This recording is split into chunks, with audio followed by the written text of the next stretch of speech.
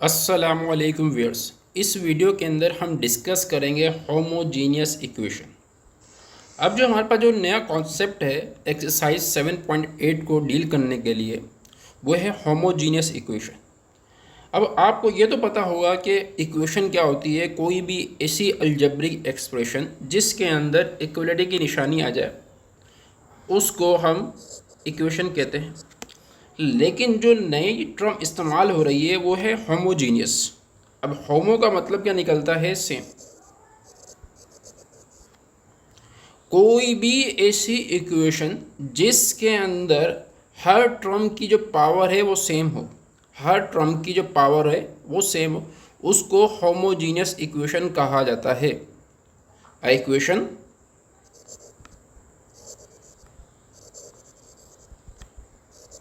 whose all terms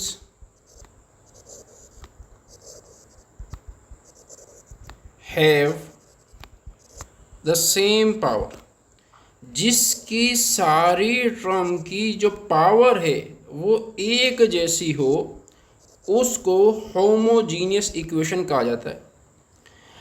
for example, सबसे पहले जब भी हम इक्वेशन बात करते हैं तो हम सबसे पहले लीनियर इक्वेशन की बात करते हैं। Linear equation. अब linear equation in two variable, कितने वेरिएबल के अंदर? Two variable.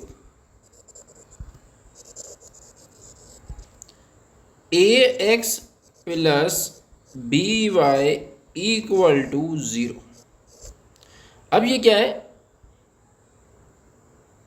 इसके अंदर x की जो पावर है वो भी 1 है और y की पावर है वो भी 1 है। तो इसका मतलब ये हुआ कि ये एक होमोजीनियस इक्वेशन है। और कौन सी है? लीनियर है। कौन सी है? लीनियर है। और वेरिएबल्स, टू वेरिएबल्स। अब वेरिएबल कौन कौन से?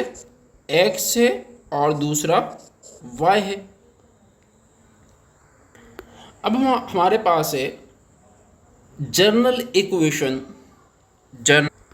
अब हमारे पास है general quadratic equation in two variable. General quadratic equation in two variables. अब वो क्या है? होमोजीनियस इक्वेशन पढ़ने से पहले आपको general quadratic equation two variables के अंदर पता होनी चाहिए। अब वो हमारे पास क्या है? ए x square plus B Y square plus 2h X Y plus 2g(x) plus 2fy plus c equal to 0। अब इस इक्वेशन को जनरल क्वाड्रेटिक इक्वेशन कहा जाता है टू वेरिएबल्स के अंदर। जिस तरीके से आपके पास A x square plus B X plus C एक जनरल क्वाड्रेटिक इक्वेशन होती है वन वेरिएबल के अंदर, इसी तरीके से ये भी हमारे पास एक जनरल क्वाड्रेटिक इक्वेशन है, लेकिन दो वेरिएबल के अंदर। कितने वेरिएबल के अंदर? दो वेरिएबल के अंदर। अब सवाल ये बनता है कि कौन सी कंडीशन पर, eight which condition it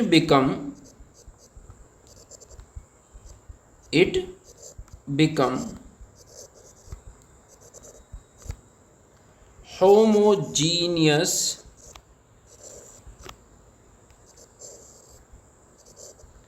quadratic equation in two variable.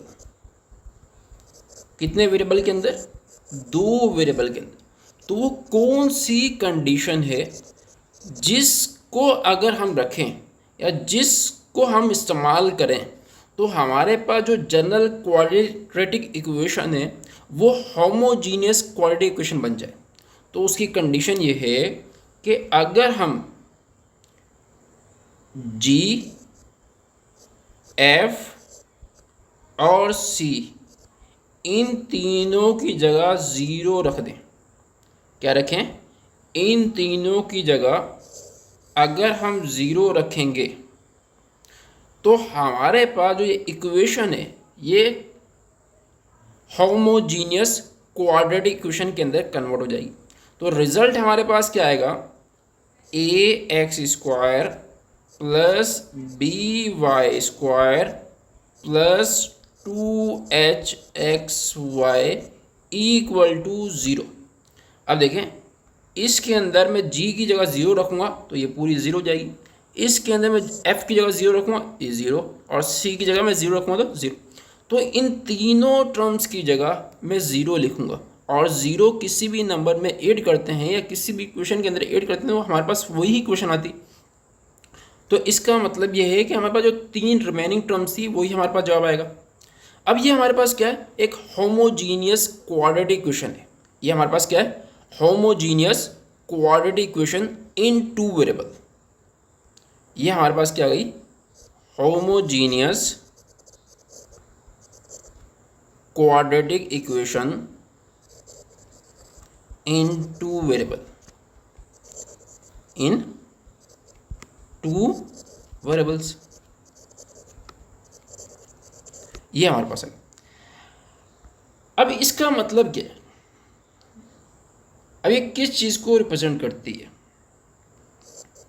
It represent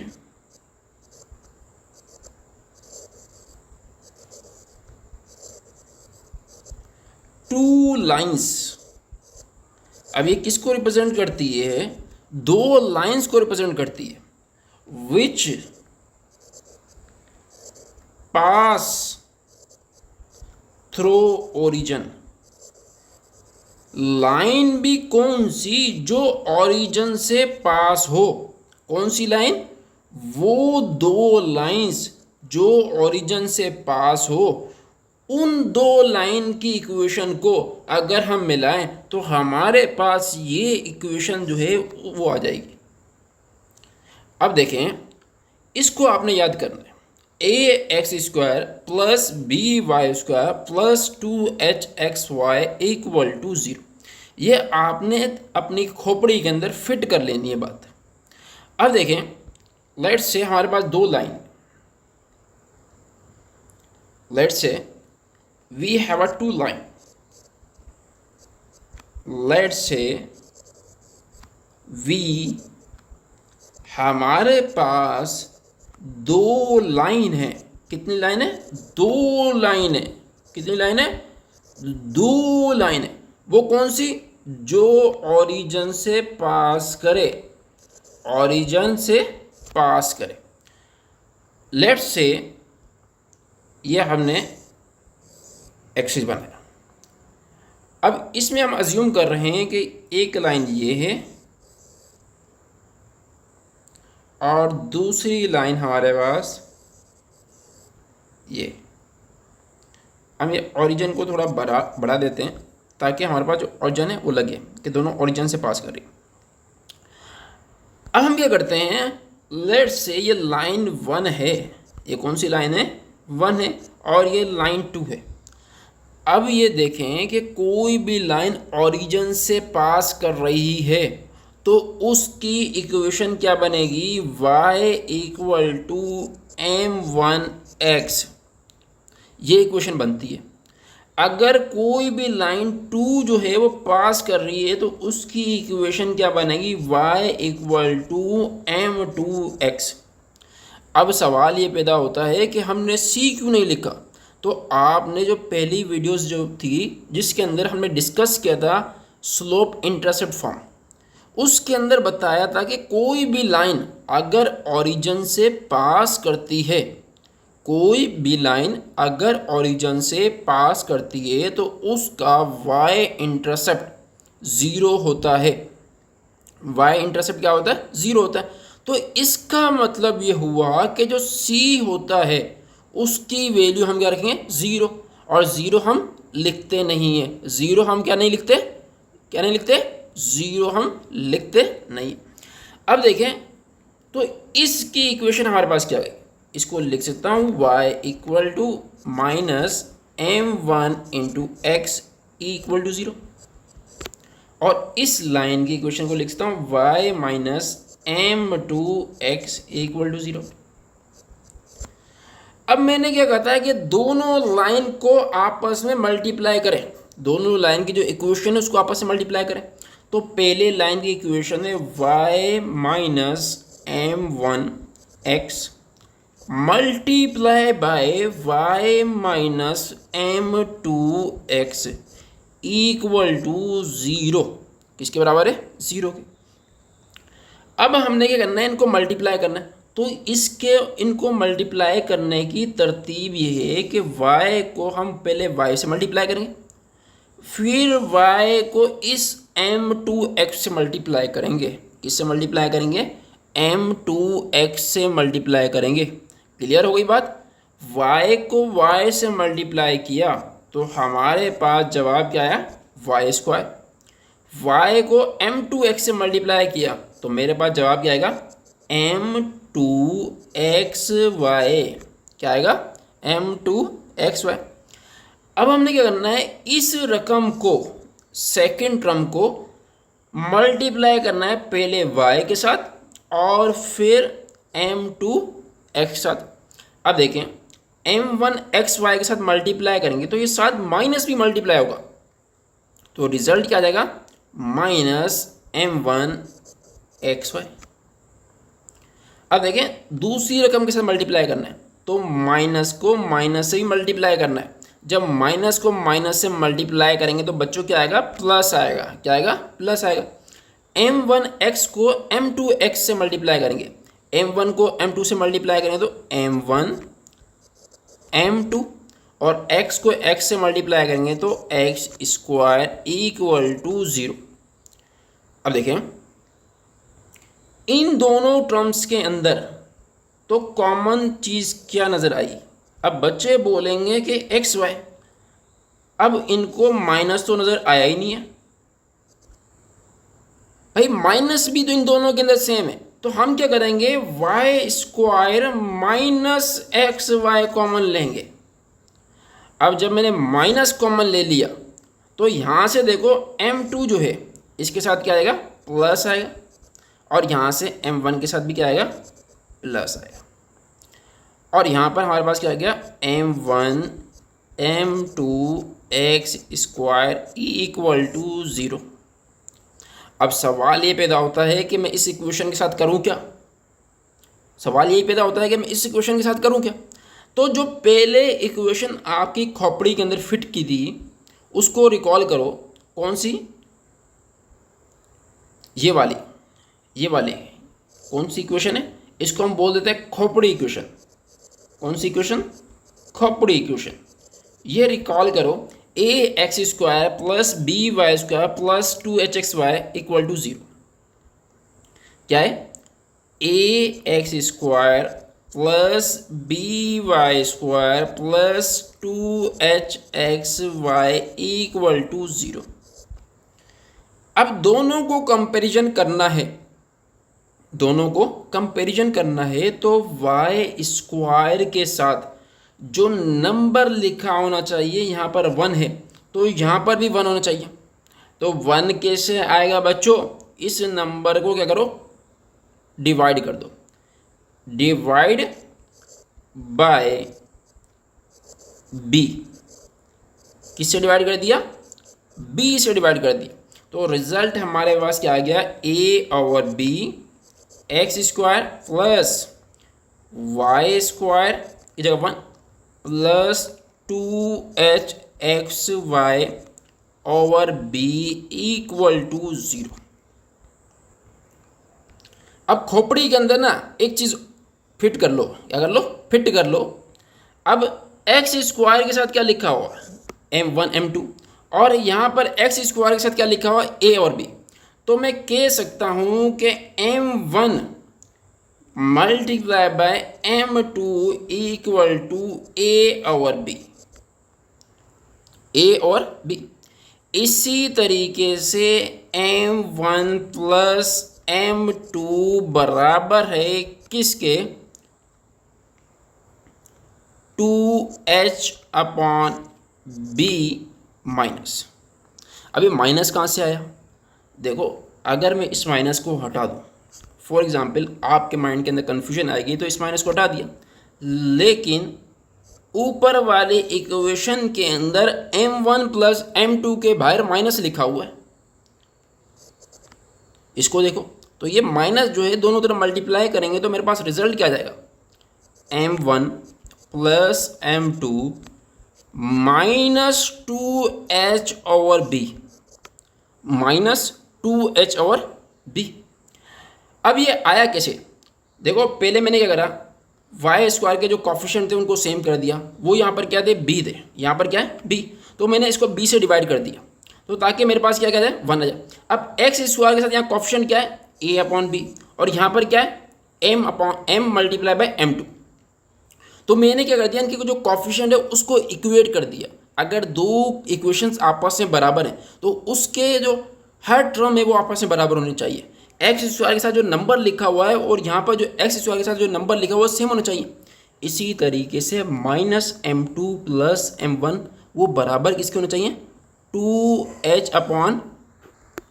अब आपने दो चीज़ें याद करनी है। पहली याद क्या करनी है कि m1 मल्टीप्लाई बाय m2, ये हमारे पास रिजल्ट किसके बराबर होता है? ये बराबर होता है a ओवर b के। दूसरी आपने याद करनी है कि m1 प्लस m2 बराबर होता है माइनस 2h ओवर b। अब दूसरी मेन पॉइंट बात करते हैं। अब सवाल क्या दिया जाता है? ए x square plus 2hxy plus B Y square equal to 0। अब आपके दिमाग में ये बात तो क्लियर हो गई कि ये जो इक्वेशन है ये दो लाइंस को रिप्रेजेंट करती है, और वो लाइन भी कौन सी? जो ओरिजिन से पास हो, जो ओरिजिन से पास हो। अब सवाल ये होता है कि जो दो लाइंस हैं उनके स्लोप क्या होंगे? तो उसका स्लोप मालूम करने का तरीका ये है, m1 equal to minus h plus square root h square minus a b upon b, comma m2 equal to minus h minus h square minus a b upon b. अब इसमें आपने दो चीज़ें ऑब्जर्व करी होंगी। पहली, यहाँ प्लस और यहाँ पर माइनस, यहाँ पर प्लस और यहाँ पर माइनस। तो इसका मतलब ये हुआ कि कहा जाए कि अगर एक होमोजीनियस क्वाड्रेटिक इक्वेशन है जो दो लाइंस को रिप्रेजेंट करती है, उसका स्लोप बताओ। तो आप क्या करोगे? पहला ये फार्मूला इस्तेमाल करोगे m1 वाला, और दूसरा m2। दोनों के अंदर जो डिफरेंस है वो ये है कि एक के अंदर प्लस है तो दूसरे के अंदर माइनस होगा। अगर आपने पहले वाले के अंदर माइनस लिखा है तो दूसरे वाले में प्लस लिख लो। ये कोई हमारे पास एक तरतीब नहीं है कि लाजमी नहीं है कि हम पहले वाले में प्लस लिखें दूसरे वाले में माइनस लिखें। पहले वाले में माइनस लिख दे तो दूसरे वाले में प्लस लिख दो। अब हमारे पास ये होता है कि नेचर ऑफ लाइंस, कि वो जो लाइंस होंगी वो कैसी होंगी। जिस तरीके से आपने मैट्रिक क्लास के अंदर रूट्स की नेचर पढ़ी थी कि रूट्स हमारे पास रियल होते हैं, इमेजिनरी होते हैं, डिस्टिंक्ट होते हैं, रेशनल होते हैं, इसी तरीके से जो दो लाइंस रिप्रेजेंट होंगी उनकी नेचर क्या होगी? Nature of lines. अब पहली कंडीशन क्या है? पहली कंडीशन ये है कि h square equal to a b आ जाए। एच स्क्वायर बराबर किसके आ जाए? ए बी के, या h square minus a b equal to 0 आ जाए। तो ये बराबर किसके होगा? तो इसका मतलब ये होगा कि जो लाइंस हैं वो हमारे पास को इंसिडेंट है। लाइंस आर को इंसिडेंट। लाइंस हमारे पास क्या है? को इंसिडेंट है। को इंसिडेंट का मतलब ये है कि इक्वल लाइंस हैं। क्या है, इक्वल लाइन से। दूसरी कंडीशन ये आती है कि h square minus a be greater than 0। तो इसका मतलब ये है कि लाइंस जो है वो रियल है और डिस्टिंक्ट है। Lines are real and distinct. Distinct का मतलब क्या है, डिफरेंट। इसका मतलब क्या है, डिफरेंट। अगर h square minus a be less than 0 आ जाए, क्या आ जाए, 0 से कम आ जाए, तो लाइंस आर इमेजिनरी। क्या है, इमेजिनरी। लाइन सिर्फ जो है वो एक ख्याली पुलाव है और कुछ भी नहीं है। क्लियर। अब इसका एक्सरसाइज को सॉल्व करने के लिए हमारा जो लास्ट टॉपिक है वो है एंगल बिटवीन टू लाइंस। के जो दो लाइंस हैं उन दोनों के दरमियान एंगल कितना बनेगा, उसको हम किस तरीके से कैलकुलेट करें। तो हम किस तरीके से एंगल मालूम करेंगे लाइंस के दरमियान, तो उसके लिए मैथमेटिक्स ने आपके लिए एक फार्मूला तैयार किया है।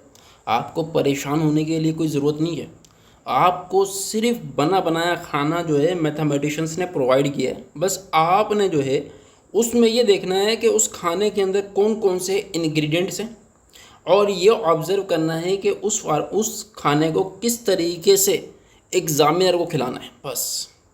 तो फार्मूला क्या है हमारे पास, tan थीटा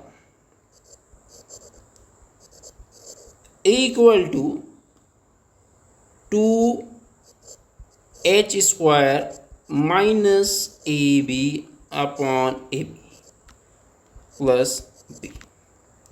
अब यहाँ से दो चीज़ें जो हैं वो ऑब्ज़र्व करनी है।